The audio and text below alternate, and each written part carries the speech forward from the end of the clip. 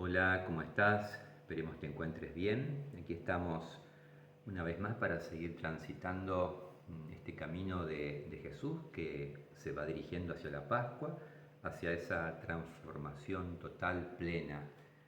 Y una vez que fuimos invitados también por el Espíritu a ser conducidos al desierto, esta vez la invitación, la propuesta va a ser del mismo Jesús que nos invita a subir a la montaña. La montaña es un lugar geográfico, pero quiere decir un lugar espiritual, ¿no? De profunda presencia de Dios.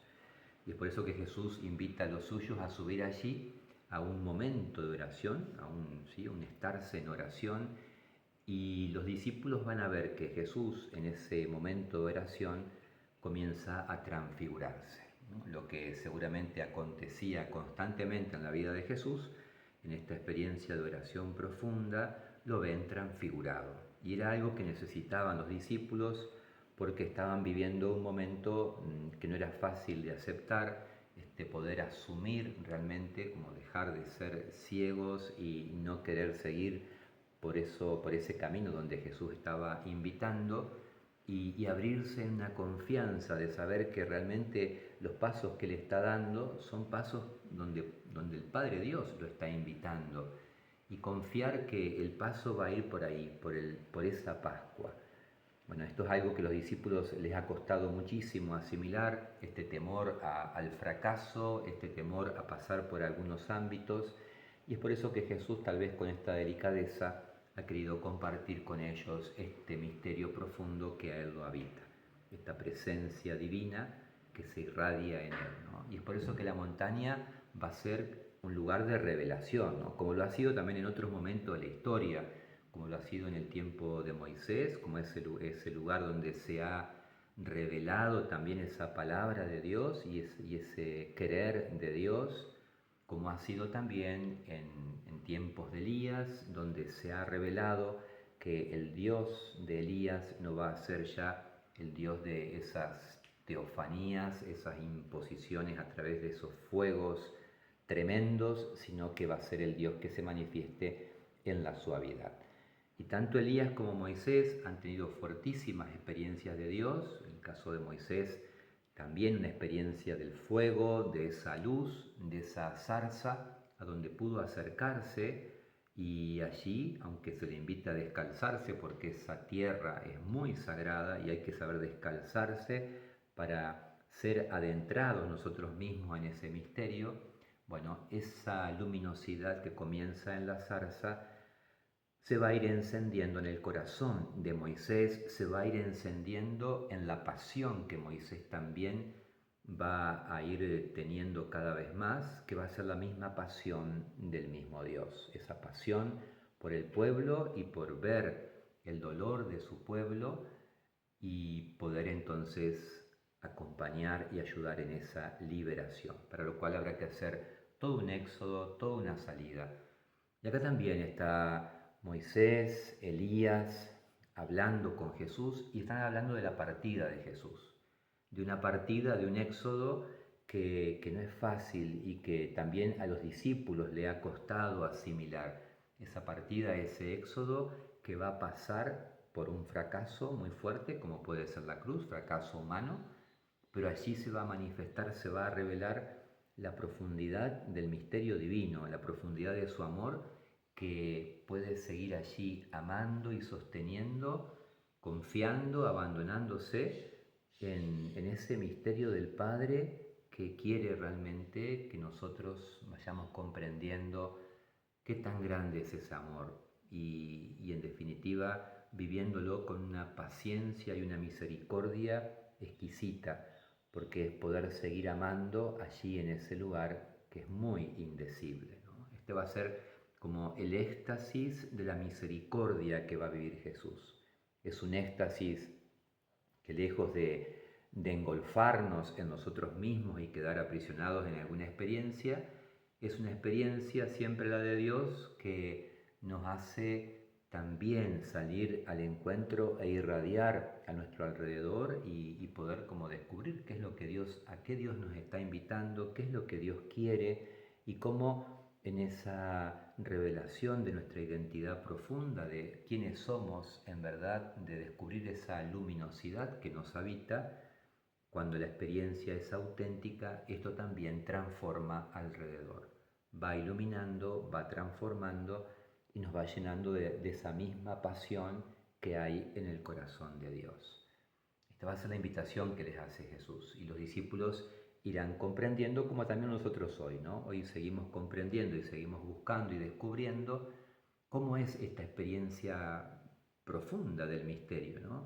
Mística decimos porque es una experiencia que nos invita como a abrirnos sin reservas, a abrirnos ante este misterio, saber estarnos ante este Dios, no enredados en nosotros mismos, no queriéndonos instalar en nuestras seguridades, en esto de poder hacer 3 chozas, 3 lugares como para quedarnos ahí instalados, cómodos, seguros, sino que sabiendo que cada vez que nos hemos instalado, nos hemos quedado como anquilosados, ya sea en nuestras seguridades o bienes materiales o afectivos, o en esos constructos mentales que muchas veces hemos tejido y hemos ido elaborando. Cada vez que quedamos allí nos privamos de esa experiencia de Dios, porque la experiencia se va a ir abriendo cada vez más a una donación, a una entrega, a una apertura que no conoce límites, porque el misterio divino es así, y también nos va conduciendo por esos mismos lugares. Entonces eso, ¿no? ¿Cómo atrevernos a adentrarnos en esos ámbitos donde Jesús se atrevió y que fue haciéndole descubrir su profunda identidad, y Él quiere ayudarnos a espejarnos también este misterio luminoso que somos, este misterio de luz que también hay en cada uno de nosotros.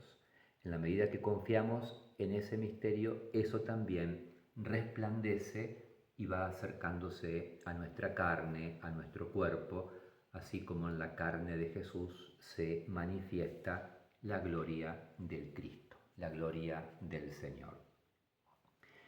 Hablaban de su salida, dice el pasaje de Lucas, hablaban de ese éxodo que Jesús va a realizar, ¿no?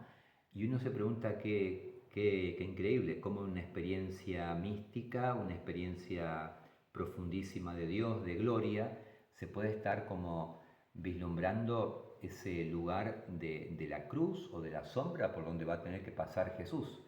Y es que siempre la experiencia, cuando es de Dios, integra las sombras, integra también lo doloroso, aquello que nos cuesta abrazar, ¿no? Y lo integra para poder transfigurarlo. Como decíamos recién, Pedro quiere instalarse en estos refugios. Bueno, Jesús opta por ir abrazando todas aquellas sombras, integrando todo lo doloroso que habrá, y eso irá realmente transfigurándose, irá redimiéndose. La mística es esa apertura, esa unidad con el todo, y nos abre cada vez más a esa intemperie, digamos, ¿no? Pero es estar plenamente abiertos y abrazando una totalidad. Y descendemos del monte también, porque es necesario que se manifieste como esa profecía, eso que hemos experimentado, que podamos también seguir viviéndolo, ¿no? Plenamente entregados, totalmente dados, volcados hacia lo que Dios nos quiera realmente hacer estar, decir o manifestar de Él. ¿Cómo? Simplemente siendo, simplemente desde ese ser que somos, ¿no? Muchas veces no es que tengamos que decir alguna palabra, sino cuando la experiencia de Dios nos hace ser en esa identidad profunda, eso también se va vislumbrando, va contagiando a nuestro alrededor, y algo va haciendo en nuestras vidas. Por eso, bueno, es una experiencia, la experiencia mística es una experiencia de nube, de una voz y de este Jesús a quien tenemos que escuchar, ¿no? Una experiencia de nube porque si bien hay algo que intuimos y que vamos conociendo y que podemos ir como viendo o tocando, que es esa identidad profunda, Esto es en medio como también de oscuridades, ¿no? O en medio de oscuridad para nuestra mente, para nuestra razón, porque le excede, no porque no sea también que pueda ser inteligible, ¿no? Pero como la excede, hace que la mente quede ahí como oscurecida y no sepa hacia dónde se nos va invitando. Es una experiencia de una voz que se escucha: este es mi hijo el elegido, ¿no? Escúchenlo.